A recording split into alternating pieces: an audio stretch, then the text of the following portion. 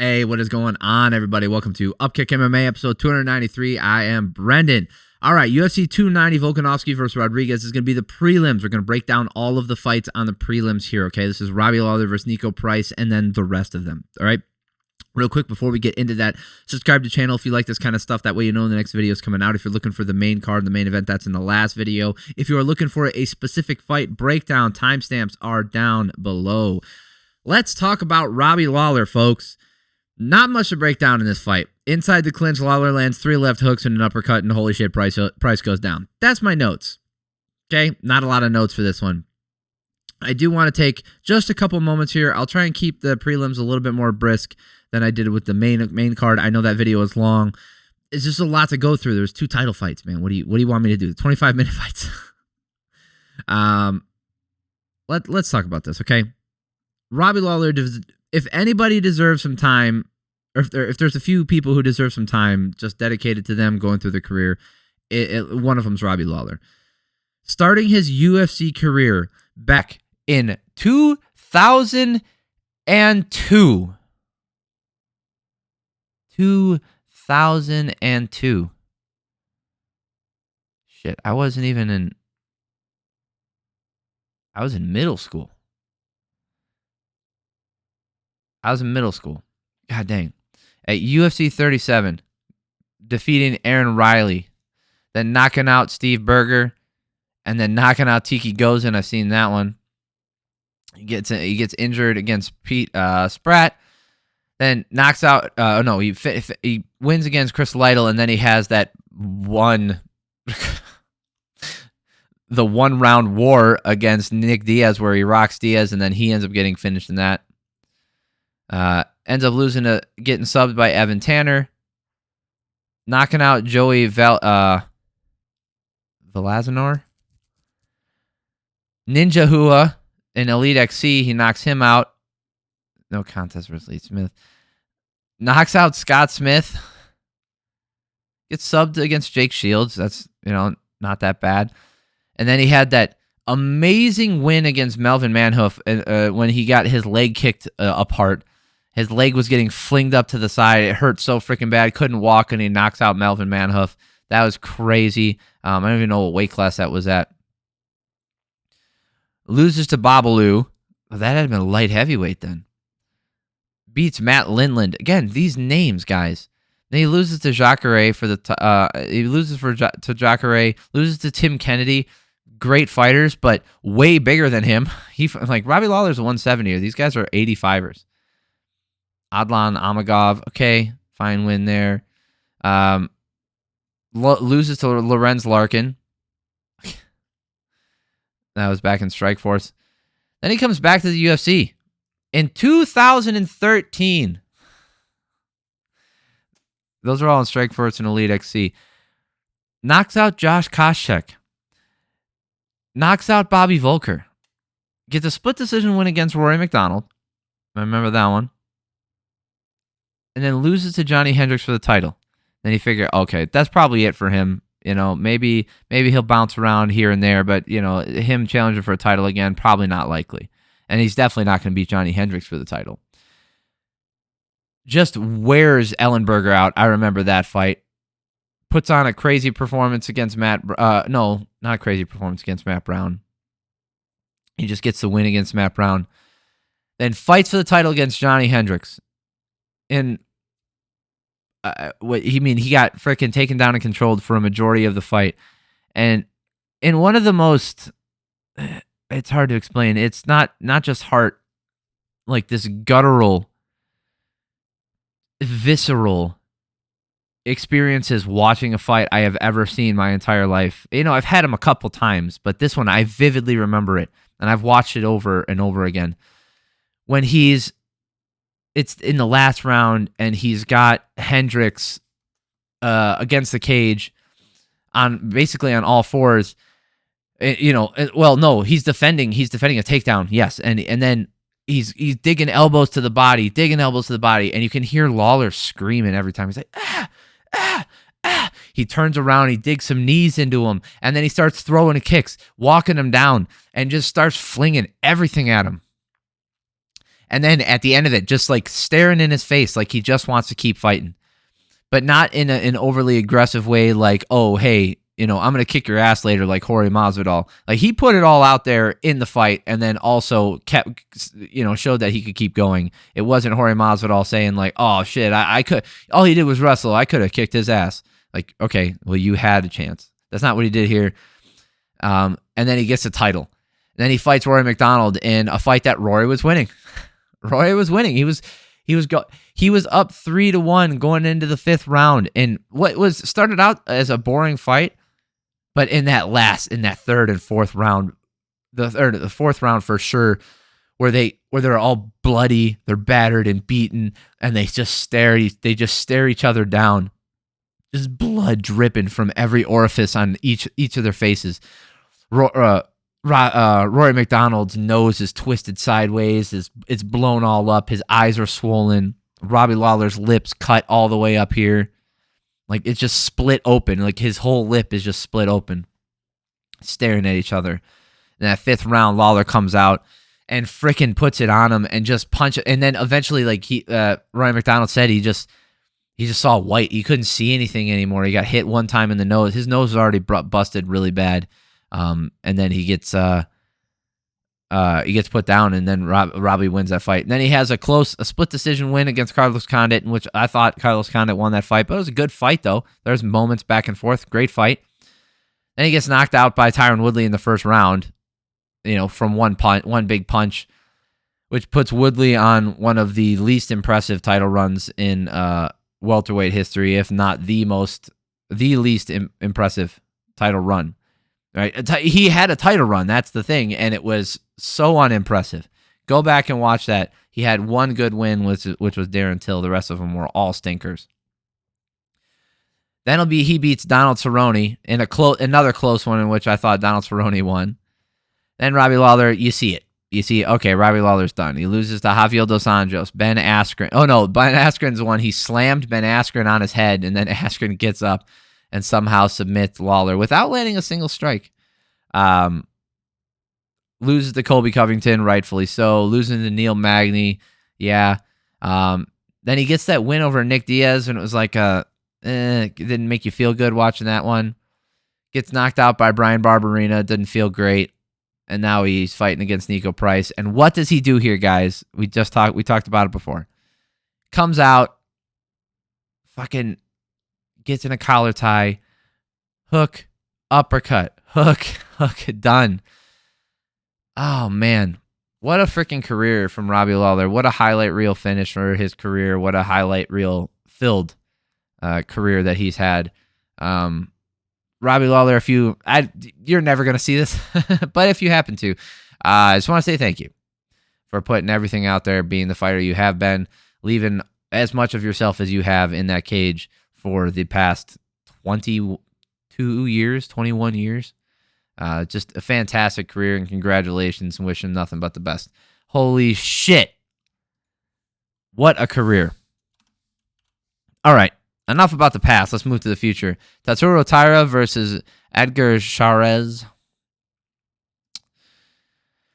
Fight was pretty much one-way traffic. Taira landing low kicks. Chairez landing a left hook. As Taira enters, they go down. Taira sweeps. Chairez was grabbing the fence with his toes, just being warned. He grabbed it multiple times with his toes and was pulling with it. And he was just sitting there. He just got warned. But Taira landing elbows from the top to end the round. Lots of control time for him. 2 minutes and 43 seconds of control time. 27-6. You can give this a 10-8 if you want. I didn't. I gave it 10-9. Chairez jumps guillotine in the second round, but loses it immediately on top the whole round, going for the triangle at the end. 2018 for sure. Tatsu Taira getting 17-4 for striking numbers. 4 minutes and 10 seconds of control time. Last rounds where it got a little bit interesting. They were trading on the feet this round. Taira attacking with the low kicks. Taira, great double leg at the 3-minute mark. Stays on top for most of the round. And then Chairez went for a guillotine and ended the fight with a mounted guillotine. I didn't see that as giving him the round. If you gave him the round for that, that's fine. I think it's inconsequential. It's one of those ones where if anybody looks at that and says, oh, Chairez clearly won. If they kept going, that fight's over. Yeah, but maybe Taira let up a little bit because he knew it was the end of the fight. So there's no what ifs about this. They just leave it alone. All three judges gave that third round to Chairez. I did not. I mean, again, I get it if you did. I just didn't. Makes sense. Okay, he was pretty close to, that's a tight position, and you could say he's close to finishing the fight. So absolutely, you could give it to him. I just thought that, Taira dominated that entire round. So at worst, it was an even round. All right, Denise Gomes versus Yazmin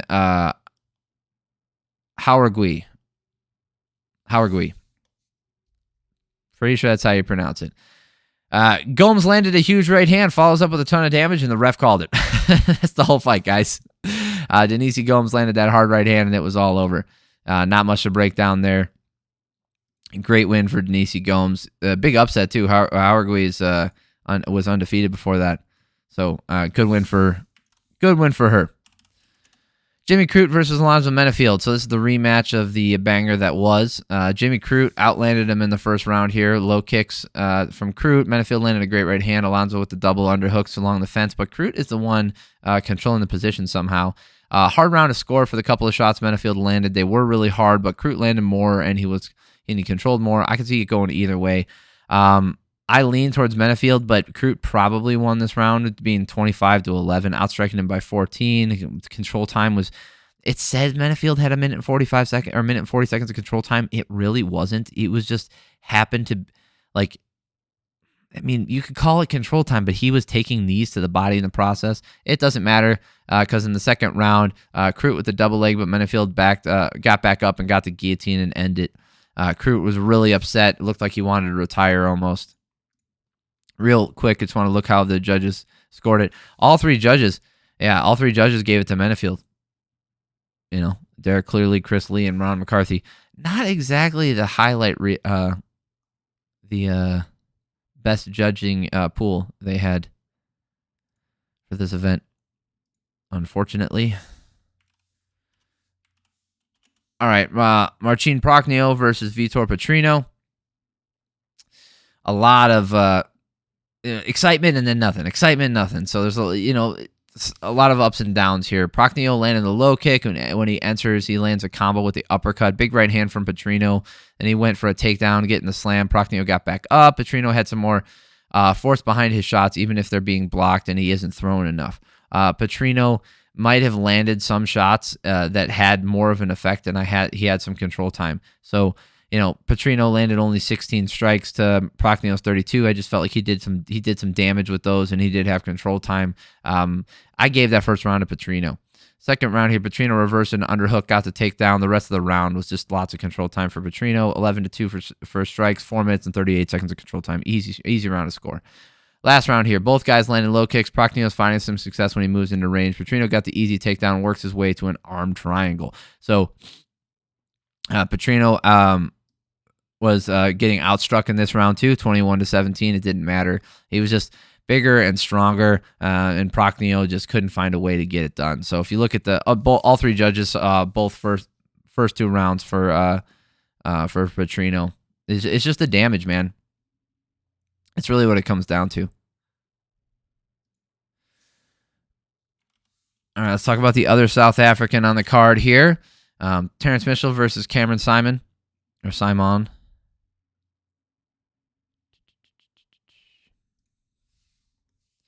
Oh, these aren't the stats. Mitchell with the double leg right away falls into the high elbow guillotine, but he fought out of it. Saaiman used that armbar. He used the guillotine to try and sweep, but then he ends up on bottom again. Saaiman used the armbar to sweep, gets on top, gets the back, uses ground and pound here, got the TKO finish. Impressive, ultra impressive finish for Saaiman. Very composed. Mitchell looked tired at the end of it. Saaiman knows he has the cardio to go the distance. This kid's for real. He's really good. So I think it's time to step up the competition for him because he can. He needs to be tested a little bit more. Jesus Aguilar versus Shannon Ross. Aguilar landed a right punch. Ross is on the ground. The end. Now that's really what happened. He lands one big giant overhand right. Ross goes down. He's stiff as a board. He goes down, and then Aguilar standing over him, like on top of him. I don't think he was taunting. I thought he was actually over him, like Oh, shit. Man, are you all right? Are you dead? So that was that. Very short fight. Fun night of fights. So many ended quick. Esteban Ribovics versus Kamuela Kirk. Ribovics was going for the low kicks. Kirk gets the body lock squeeze, walks into half guard, and just you get this body lock squeeze, walk forward, and they just collapse underneath you if you keep your hips higher than them. And he walked into half guard. Kirk transitioned to the back, going for the rear naked choke. Dominant round for Kirk. Submission attempts were close enough for a 10-8 for me. I didn't see him getting a 10-8 in that round. But if you gave him a 10-8, that does make this interesting. I gave it 10-9. Ribovics pressuring and trying to unload with hooks. Ribovics gets a takedown, but wants no part of the ground with Kirk. Kirk having moments with his striking, but Ribovics is just landing more often. He's just landing a lot more. Ribovics catching Kirk behind the ear. He's off balance. Ribovics landing some ground and pound. Ribovics ends a round with a ton of volume and huge shots. Clearly 19-19. 65-35 strikes. Significant strikes in favor of Ribovics. And then here in the last round, we got Ribovics flowing well with his combos. Kirk's answers just don't have the same kind of volume or pop. Kirk gets a takedown at 345, not able to hold him down. Kirk fights through the strikes and gets a double leg again, but they get right back up. He just didn't have it in the gas tanks when Ribovics did. That's what it came down to. Kirk looked really good in that first round. I feel like if he could have got another takedown with control in the second round, he easily could have taken this fight, and Ribovics would have been fighting from behind, and I don't think he would have been able to get it done. But that's not what happened. Ribovics found a way to rally in the second round, really work hard and make Kirk tired, and that's what he did. So he got this round, got the fight 29-28 in my opinion, and all three judges saw it that way. Good. All right, like I said, I wanted to keep this one a little bit more breezy. I know I spent 8 minutes going over Robbie Lawler's career, but I think that's well worth it. Great fighter, great fight night, or great pay-per-view, great night of fights. If you didn't watch the prelims and you only watched a pay-per-view, whether you went to somebody's house or whatever, go back and watch the prelims. They're worth watching. This will move at a clip. You can watch them, skip over the commercials and the stuff in between. Just watch the fights. It'll take you, 40 minutes, and you'll get nothing but entertainment. This is not one you keep on in the background. There's lots of action, lots of fun stuff here. So if you like this kind of stuff, subscribe to the channel so you know when the next video is coming out. I'm covering The Ultimate Fighter every single episode every Tuesday that comes out on ESPN Plus. I cover it on Wednesdays. So if you're interested in that kind of stuff, and then maybe when the Tuesday Night Contender Series starts back up, I'll keep that going. Maybe I'll cover it then too. So subscribe to the channel. If you like this video, click the like button. I appreciate that. I love y'all. Have an amazing week.